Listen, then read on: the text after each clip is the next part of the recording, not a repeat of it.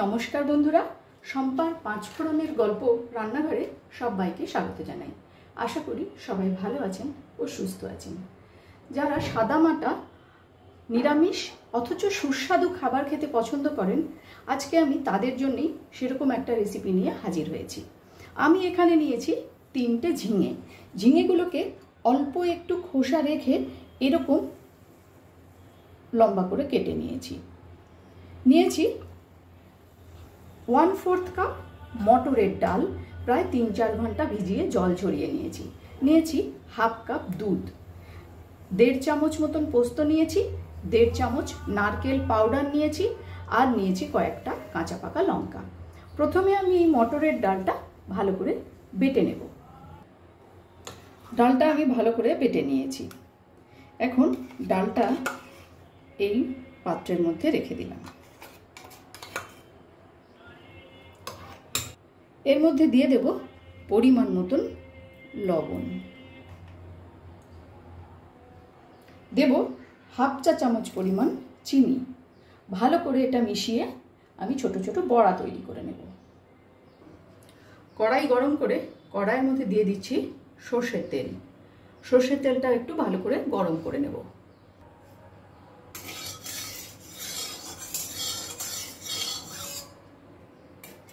এবারে ছোট্ট ছোট্ট করে বড়া তৈরি করে নেব।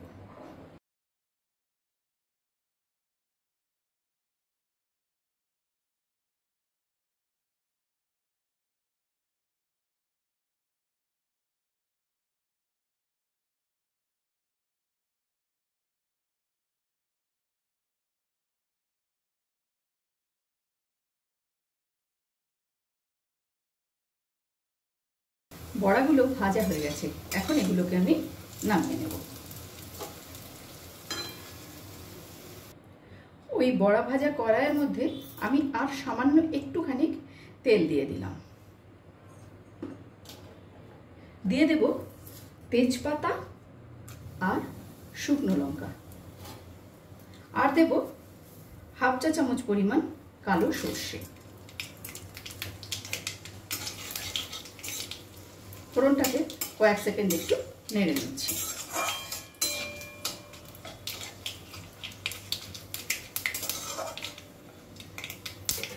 এবারে এর মধ্যে দিয়ে দেব কেটে রাখা ঝিঙে।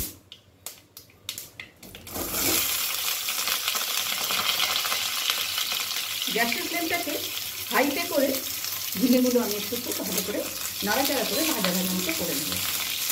আমার রান্না যদি আপনাদের ভালো লেগে থাকে অবশ্যই ফলো, লাইক ও শেয়ার করে আমার পাশে থাকবেন। আর যারা আমার চ্যানেলটি এখনও সাবস্ক্রাইব করেননি তাদের কাছে অনুরোধ রইল চ্যানেলটি সাবস্ক্রাইব করে পাশে থাকা বেল আইকনটি অবশ্যই প্রেস করবেন, যাতে আমি কোনো নতুন রেসিপি দিলে আপনাদের কাছে নোটিফিকেশন পৌঁছে যায়। এর মধ্যে দিয়ে দেব পরিমাণ মতন লবণ।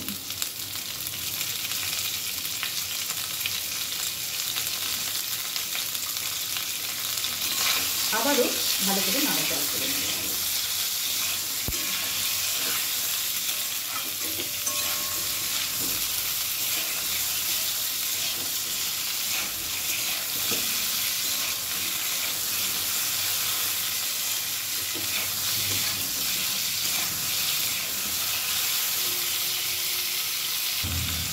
প্রায় 1 মিনিট ধরে হাই ফ্লেমে আমি ঝিঙেটাকে নাড়াচাড়া করে নিয়েছি।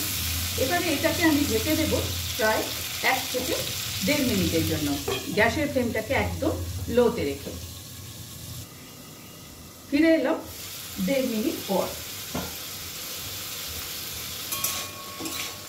ঝিঙেটা বেশ নরম হয়ে এসেছে।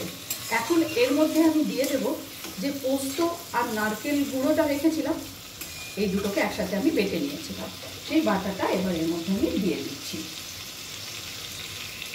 যারা আগে এরকমভাবে ঝিঙে রেসিপি তৈরি করেছেন তারা অবশ্যই জানেন যে কতটা সুস্বাদু হয় খেতে।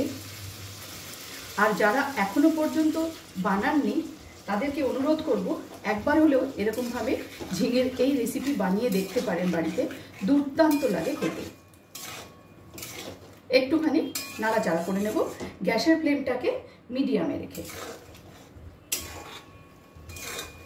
আমার কাছে নারকেলের গুঁড়ো ছিল, তাই আমি নারকেলের গুঁড়ো ব্যবহার করেছি। আপনাদের কাছে যদি ফ্রেশ নারকেল থাকে তাহলে কিন্তু এর স্বাদটা আরোই ভালো হয়, সেটা দিতে পারেন। দিয়ে দেবো এর মধ্যে 3টে চেরা কাঁচা পাকা লঙ্কা, আর দেব 1 চামচ মতন চিনি। এটা কিন্তু খেতে একটু মিষ্টি মিষ্টি ভালো লাগে, কারণ নিরামিষ তরকারিতে একটু মিষ্টি হলে বেশি ভালো লাগে। এবারে যে দুধটা রেখেছিলাম সেই দুধটা আমি এর মধ্যে দিয়ে দেব।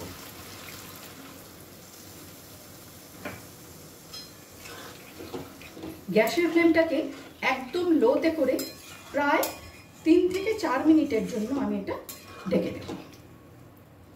খুব বেশি সময় কিন্তু ঝিঙে সেদ্ধ হতে লাগবে না।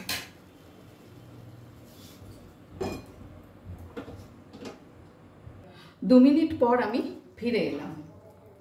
এবারে একটু নাড়াচাড়া করে নেব।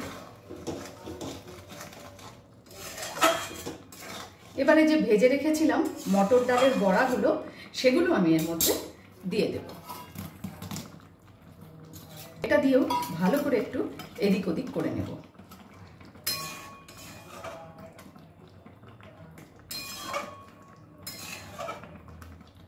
আবারও ঢেকে দেব 2 মিনিটের জন্য।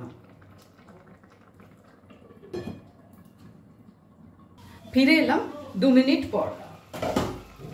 ভালো করে একটু নাড়াচাড়া করে নেব। আমার ঝিঙের রেসিপি একদম তৈরি। ওপর থেকে দিয়ে দেব সামান্য একটু ঘি।